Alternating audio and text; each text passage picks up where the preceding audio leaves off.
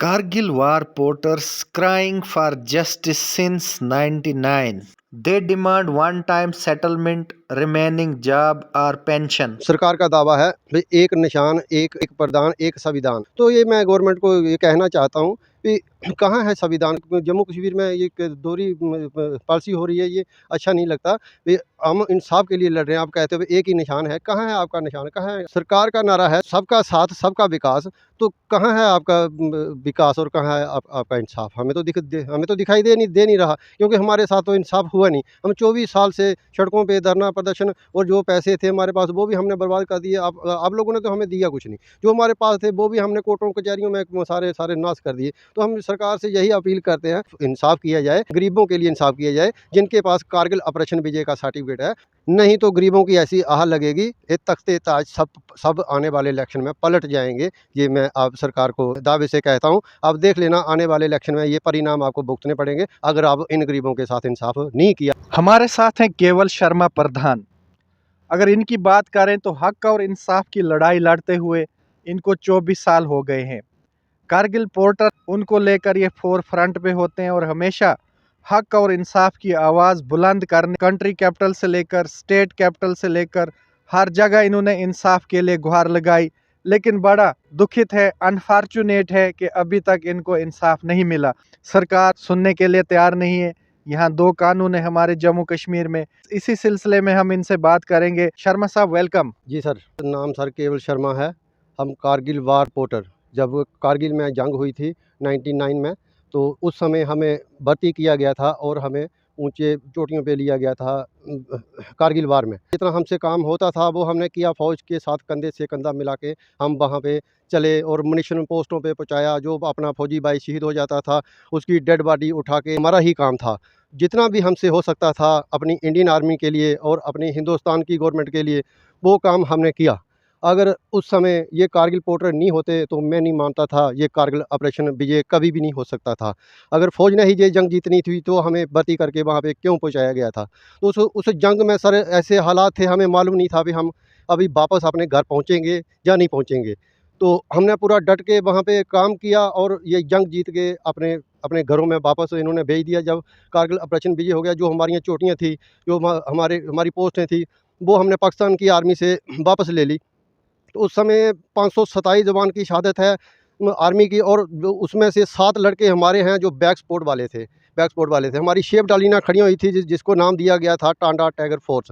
Tanda tiger force उसी को नाम दिया गया था, जो चढ़ते थे पहाड़ों पे मुनिशन लेके ऊपर पोस्टों पे जाना, और जितना भी हमसे हो सकता था हमने हिंदुस्तान के लिए किया। जब देश को हमारी सख्त ज़रूरत थी तो हमने देश के लिए काम किया।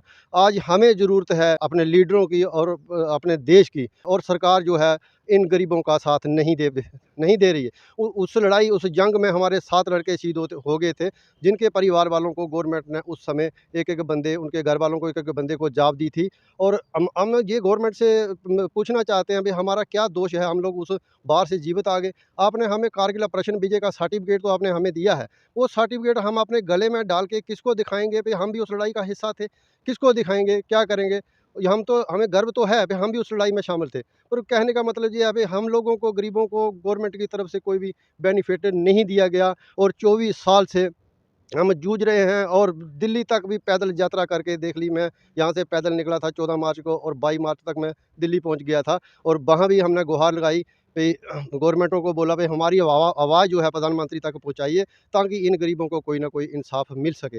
हमारे साथी थे यहाँ उधमपुर में, उन्होंने केस लगाया, वो उनको गवर्नमेंट ने लगा लिया। अगर हमें मालूम होता तो हम भी उनके साथ जाते। जब हमें पता चला तो हमने भी जम्मू हाई कोर्ट में केस किया। जितने हमारे पास पैसे थे वो भी हमने नाश कर दिया। इन्होंने तो कुछ दिया नहीं, जो हमारे पास था वो भी हमने कोर्टों में खर्च कर दिया, और अभी हम बिल्कुल डैमेज बैठे हैं। हम यही सोचते हैं कोई ना कोई भगवान इनकी तरफ देखे और इन गरीबों को इंसाफ दे, जिन्होंने पूरा कंधे से कंधा मिलाकर इंडियन आर्मी का और इंडियन गवर्नमेंट का साथ देके ये कारगिल ऑपरेशन विजय करवाया था। और हम 24 साल से जूझ रहे हैं, इंसाफ की गुहार लगा रहे हैं प्रधानमंत्री से, अमित शाह जी से, राजनाथ सिंह जी से। सबको हमने, जितने भी हमारे जम्मू में जितने भी लीडर हैं, किसी को कोई बंदा नहीं होगा जिसको इसका मालूम नहीं है कारगिल वार पोर्टरों का। पर हमारे मुद्दे को आज तक किसी ने भी संसद में या कहीं भी किसी ने भी आवाज़ को नहीं उठाया कि इनका क्या रोल था। जो हमारे कर्नल साहब बोलते हैं, भई आपका तो हम अपनी मर्ज़ी से भर्ती नहीं कर सकते थे, हमें सेंट्रल गवर्नमेंट से आदेश था, जब पाकिस्तान की आर्मी ने हमारी पोस्टें कैप्चर कर ली थी। हमें सरकार ने लगाया था, हमें भर्ती करके वहाँ पे पहुँचाया गया था, क्योंकि इंडियन आर्मी को हमारी ज़रूरत थी और हमने पूरा डट के वहाँ पे साथ दिया इंडियन आर्मी का और अपने हिंदुस्तान की गवर्नमेंट का। हमारी बैकडोर एंट्री नहीं है, हमें भर्ती किया गया, सेंट्रल गवर्नमेंट का लेटर है, नहीं तो कोई भी कर्नल, कोई भी अफ़सर अपनी मर्ज़ी से 3200-3400 5000 लड़के को भर्ती करके नहीं पहुँचा सकता। मेरा कहने का मतलब है, जो भी कोर्ट का फैसला था, सिंगल बेंच का, इन्होंने हमारी फेवर में दे दिया। हम थोड़े खुश हो गए भाई, चलो अभी हमें कोई यकीन हो गया, कुछ ना कुछ गवर्नमेंट दे देगी। पर डबल बेंच में इन्होंने हमको फंसा दिया, भाई आप लोग लेट हो। मैं ये गवर्नमेंट को पूछना चाहता हूँ, जब कारगिल वार हुई थी उस समय हम लेट गए थे जंग में क्या? उस समय हम जंग में लेट गए थे। अगर आप 34 साल के बाद जसिन मलिक को उठा के जेल में डाल सकते हो, इतनी बड़ी सज़ा दे रहे हो। हमने तो अपने देश के लिए काम किया है, देश के लिए। हम आज भी जाने के लिए तैयार हैं, जब भी कोई भी जंग होगा, चीन के साथ युद्ध होगा, पाकिस्तान के साथ युद्ध होगा, हमें जब भी सरकार बुलाएगी हम तभी जाने के लिए तैयार हैं, चाहे आर्मी बुलाए, चाहे सरकार बुलाए। तो जब ये अभिनंदन का जहाज जब पाकिस्तान में गिरता है, तो तब इनको हमारी याद कैसे आ जाती है?